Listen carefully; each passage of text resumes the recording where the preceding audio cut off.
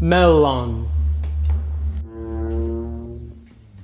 The doors of Durin from Lord of the Rings have lived in my head for a very long time.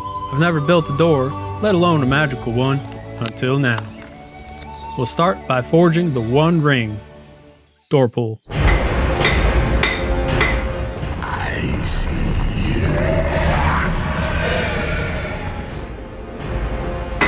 Fantasy doors and historical dungeon doors all seem to have heavy looking forged hardware, so I figured a nice big ring pull should be in order for my door.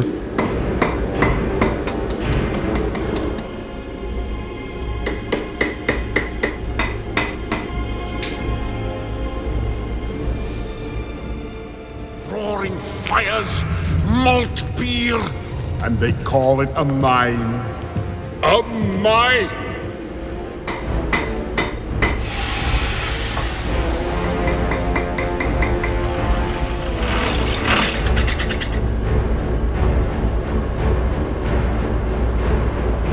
I wanted to keep the design simple, but also have that dwarven aesthetic, which seems to be very geometric and polygonal.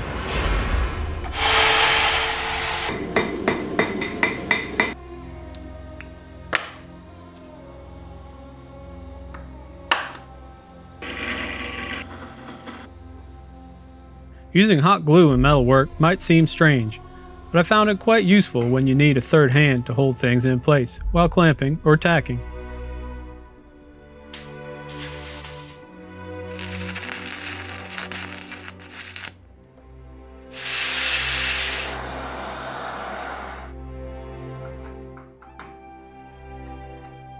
Some wax for the finish, and she's ready to go. I kind of want to put these on all my doors now. Probably should. I found me these nice walnut boards. I figured walnut has that fantasy look to it. The boards aren't the most convenient size, so it'll take some work to get them into planks. They're also, of course, a few inches too short. I sent my girlfriend to get me the board stretcher, but she hasn't come back yet. I'm gonna have to figure something else out. Cutting the planks into shorter lengths and adding a gap in between them should do the trick. Just need to keep everything organized so the grain all matches. The shorter pieces also make it easier to handle.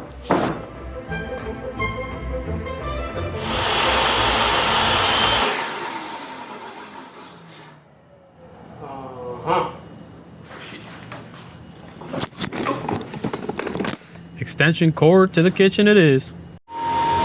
They are still too long for my jointer, but I managed alright for the faces. My little dust extractor, however, kept getting clogged. Poor guy just isn't meant for this kind of work. I've been meaning to get a proper cyclone and collection, but in the meantime I just threw my mask on and went at it. To get the edges square, I used the old 6-foot level trick. I swear I'm not compensating.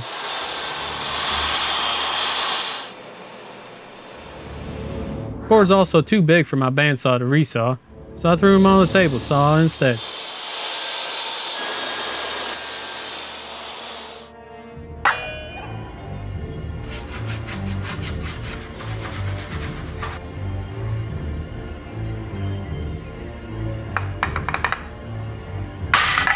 I lay them all out to acclimate for a few days, letting the wood do what it wants to do.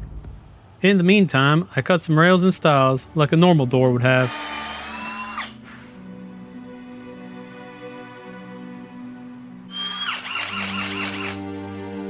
I routed out some slots in the stiles for clear support in the center.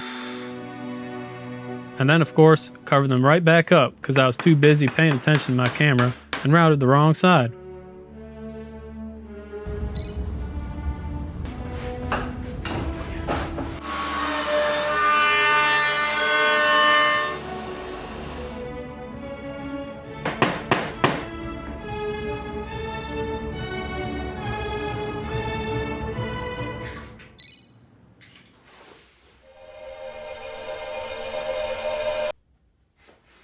I'll admit, I half expected to appear somewhere else when I stepped through. Quite disappointed. I chose to use ACP to mount all my LEDs on the inside of the door. It's commonly used for signs and displays. It's lightweight, rigid, and aluminum makes a pretty good heatsink.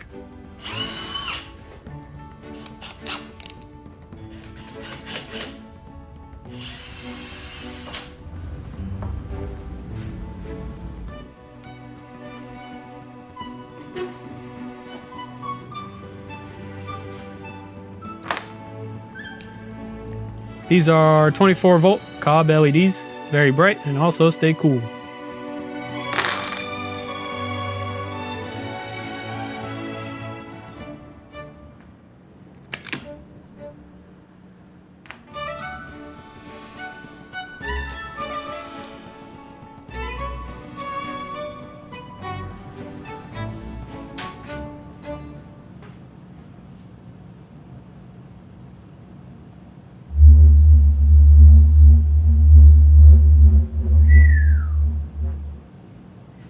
Yeah, that'll work.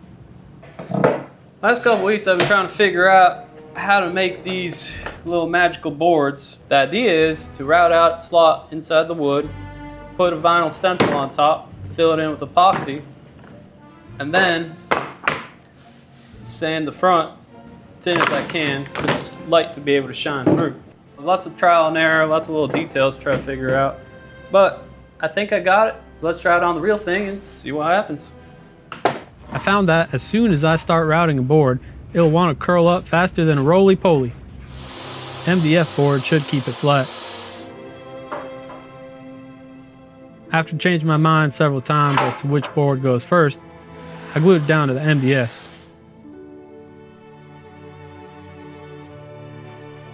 Once again, jar of dirt comes in handy.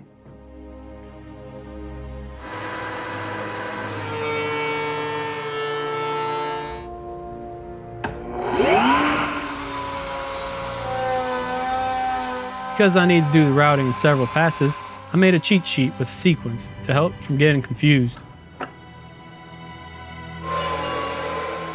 All this was a lot of stress on my router, and I was pleasantly surprised how well it held up, until it didn't.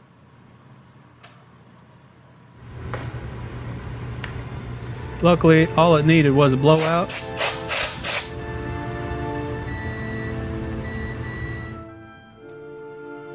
and some new brushes.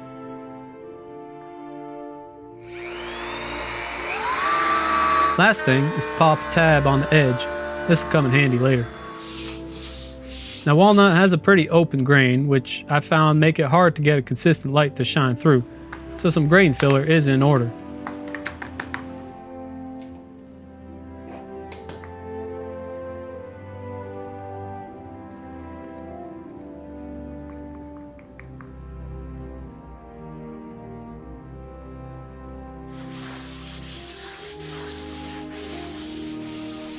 I also found that a thin initial layer of epoxy prevents the wood to delaminate over the vinyl.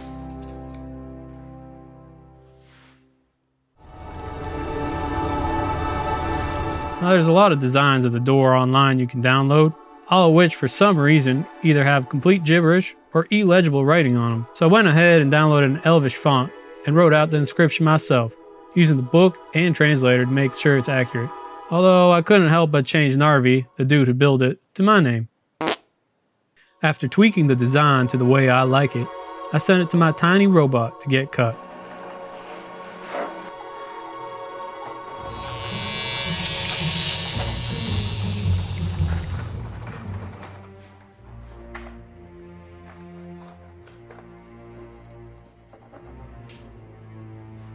Admittedly, working with such a big sticker does take some practice and finesse.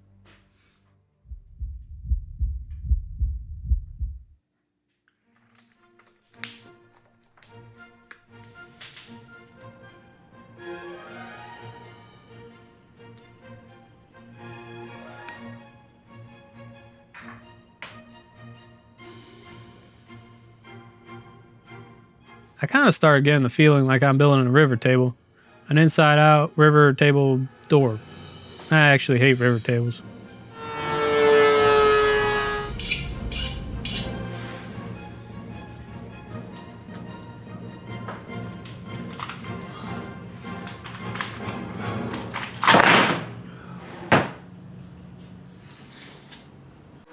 The tab I made now comes in handy to see how much wood I have left over the epoxy, slowly planing it down.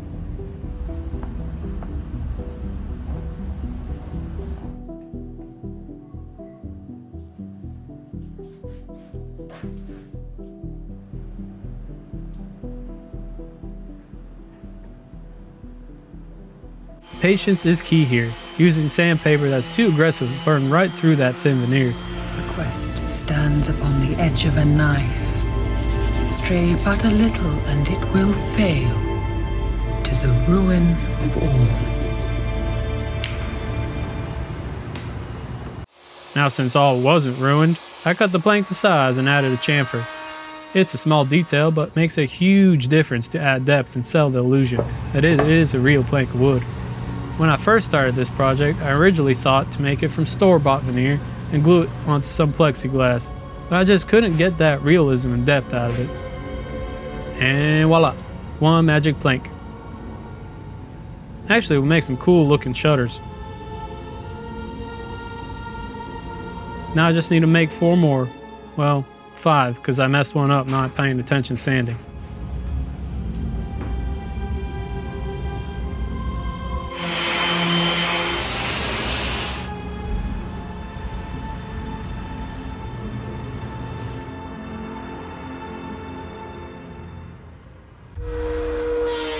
Pretty standard woodworking for the rest of the planks.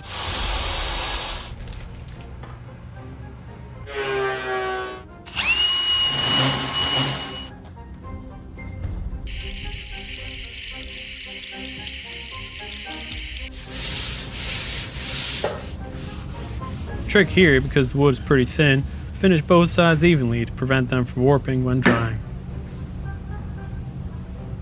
The thing with solid wood doors is that wood likes to expand and contract perpendicular to the grain from seasonal changes in humidity. That's why most modern doors are built with floating panels or tongue and groove. For my door, I'm just going to give them a small gap to be able to do whatever they want to do.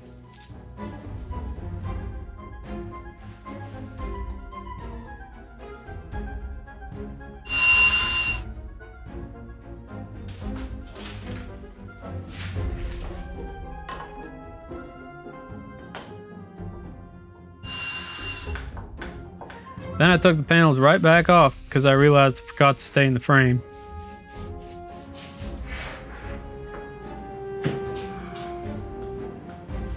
I use clear brackets and CA glue here. There's almost no force on these when the door is installed. It's basically just to keep the boards flush.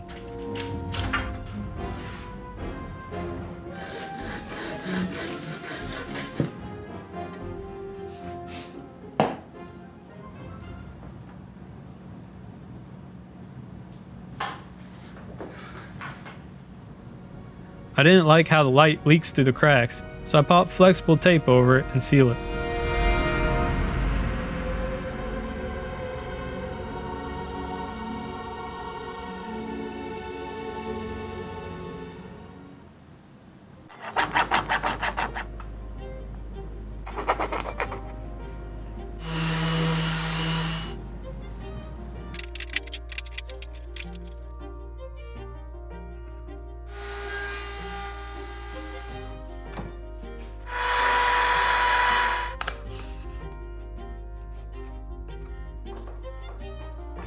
I decided I don't want to touch the actual garage door because of safety reasons, so I'm going to go down to the next one.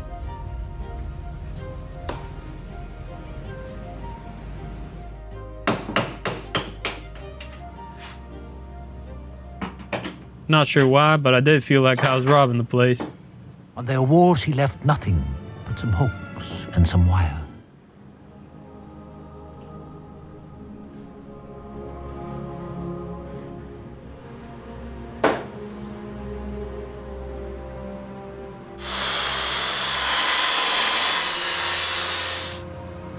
It's never long enough, is it? Doing it in 2 steps won't be perfect, but with some sanding, it'll be alright. Now modern fasteners will kill our fantasy look, so we'll have to modify our own. First, gotta get that zinc off. Some citric acid should do the trick.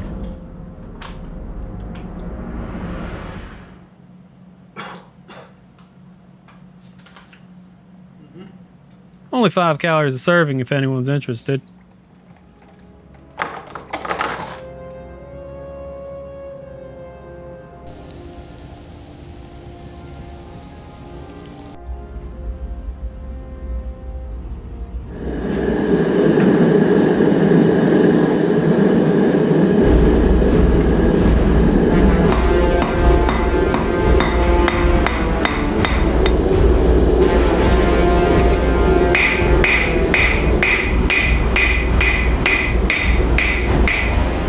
These thick bolts are going to require some big old nuts to match.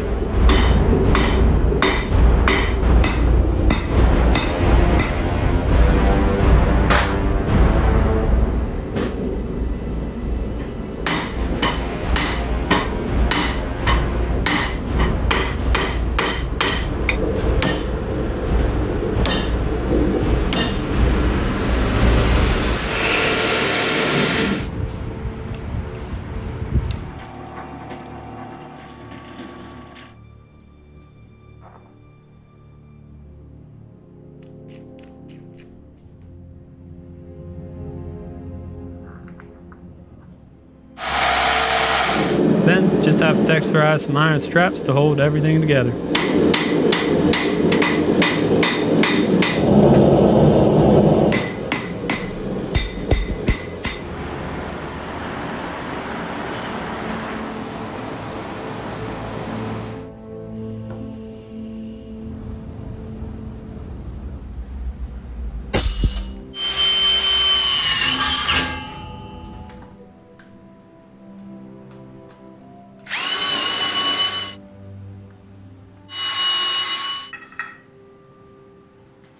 I was actually pretty excited to put all my forged pieces together, only to find my bolts were too short.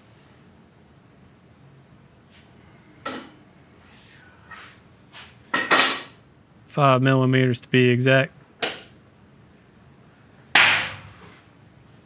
Note to self, always double check hardware when you buy online, even if it looks right.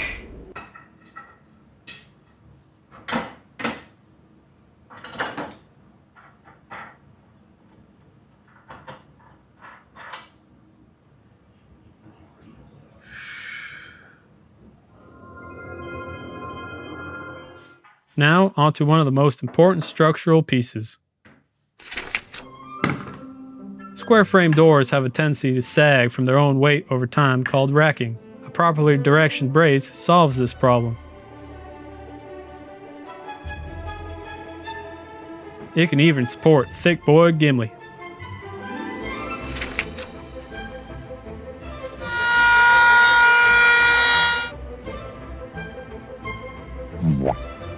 I may or may not have used these on metal, and I'm definitely getting my money's worth out of these $3 chisels.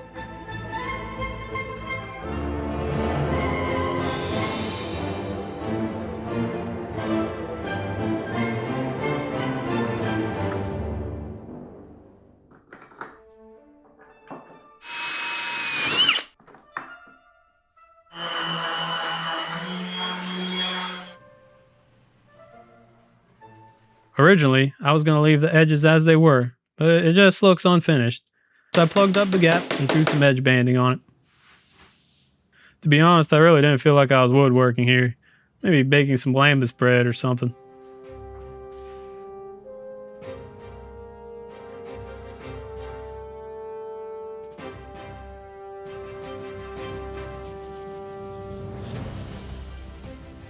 It actually came out cleaner than I expected.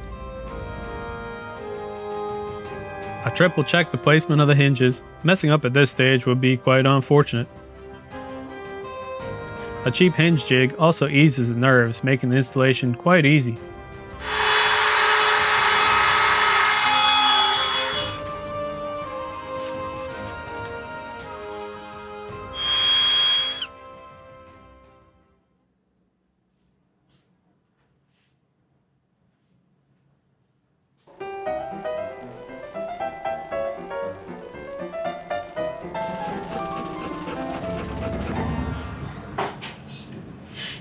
Now to finish the door off, some touch-ups and the final coat really bring out that chatoyancy. Really bring out that chatoyancy in the walnut. For the brains, I'll be using a Raspberry Pi Pico. I never used it before, so it did take some hair pulling and some YouTube watching. I'm going to teach you how to get your PC set up so that you can... After fully soaking in the information, I was ready to hook everything up. I won't bore you with the details of the code, but basically I'm using PWM. This fades the LEDs by making them flicker on and off real fast and changing how much of the time they're on versus off. Our eyes can't see that fast, so we perceive it as a change in brightness. I also wanted the lights to turn on 30 minutes after sunset, so I threw in the NOAA algorithm that uses trigonometry and my coordinates to figure out what time sunset is every day. It's kind of cool. Ooh-wee, look at the time. I was almost gonna miss second breakfast. I did leave the door on for several hours, checking up once in a while to make sure everything was staying cool and working properly.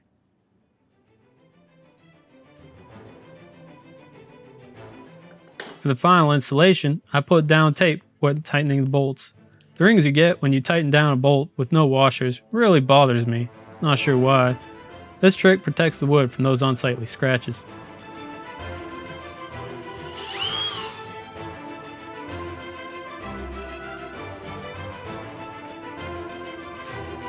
With the door ready to go, I just want to double check the weight so I'm not overloading my frame and hinges.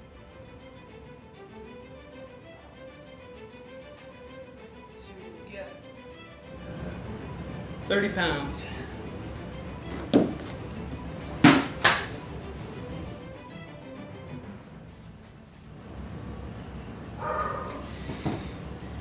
Too bad. It's 82 pounds.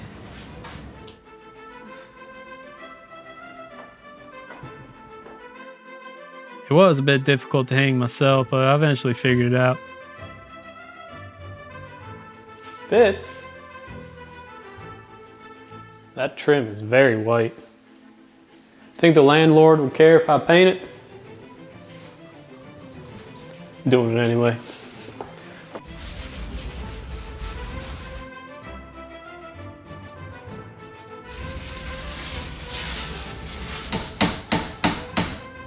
That's better. Now it looks more like a portal.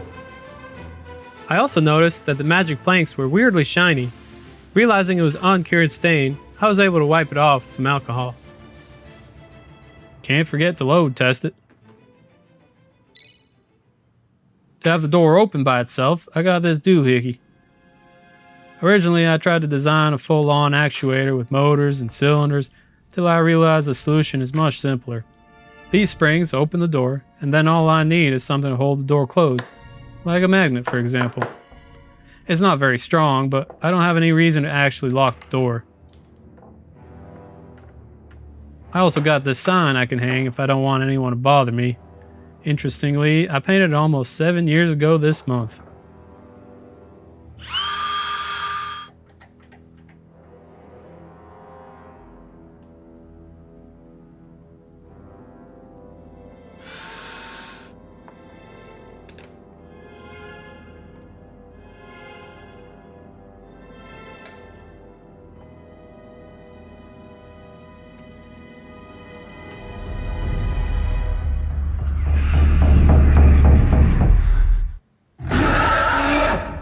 They have a cave troll.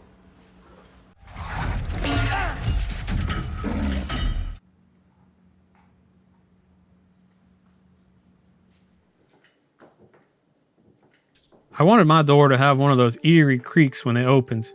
Interestingly, they have a product just for that. Can't say I've ever thought I would purposely make a door creak more, but here we are. To make my door voice activated, I need something called a wake word device. Many different directions I could have gone with this, but I found this cheap little module that I'm hoping will work. I wanted it to be completely local and offline, unlike Alexa or Siri, and so it could be trained on custom wake words. Hello, High Wonder. I am here. Study wake. What's the Elvish word for friend? MELLON. Learning succeeded. Watermelon. Melancholy. Melody. MELLON. I am here. It was surprisingly accurate. MELLON. I am here. MELLON. I am here. MELLON. I am here. All I needed now was to connect the device to my code, which turned out to be a bit harder than expected. Module's hardware doesn't communicate when a wake word is said, so I had to think outside the box. I did notice that the LED blinks anytime the wake word is said. MELLON. If I can connect to that, I could use that as my flag. The fun part is, the place I have to tap is tiny.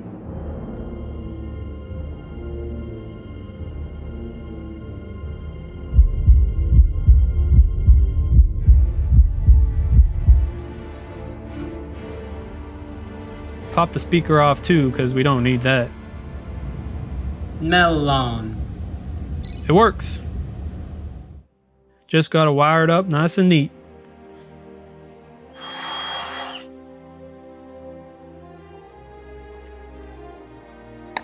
If anyone wants to try their hand at building one of these magic doors, I put all the technical details and blueprints together and plopped them on my new Patreon. Links in the description if you want to check it out. MELLON. We got the lights scheduled to turn on at 8:57.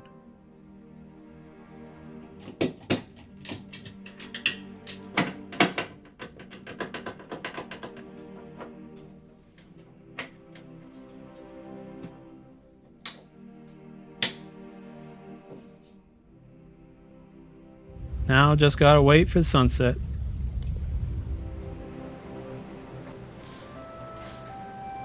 What time is it?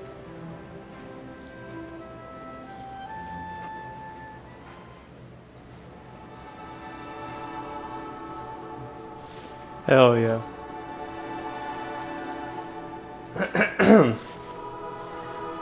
MELLON.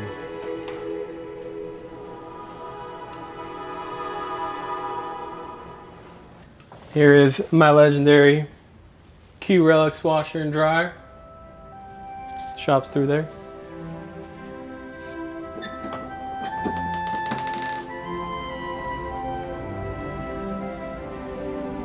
I learned a lot from this project, lots of skills I'll be able to use in future builds. Maybe one day I can make a proper arched double door, maybe even out of stone. In the meantime, I've already started my next project, so keep an eye out for it and I'll catch you in the next one.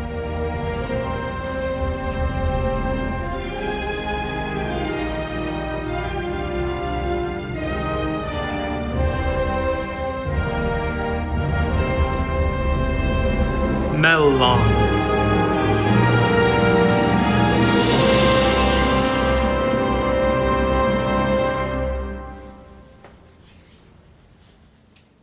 They have a cave troll. They have a cave troll. Cave troll. Cave troll. Cave troll.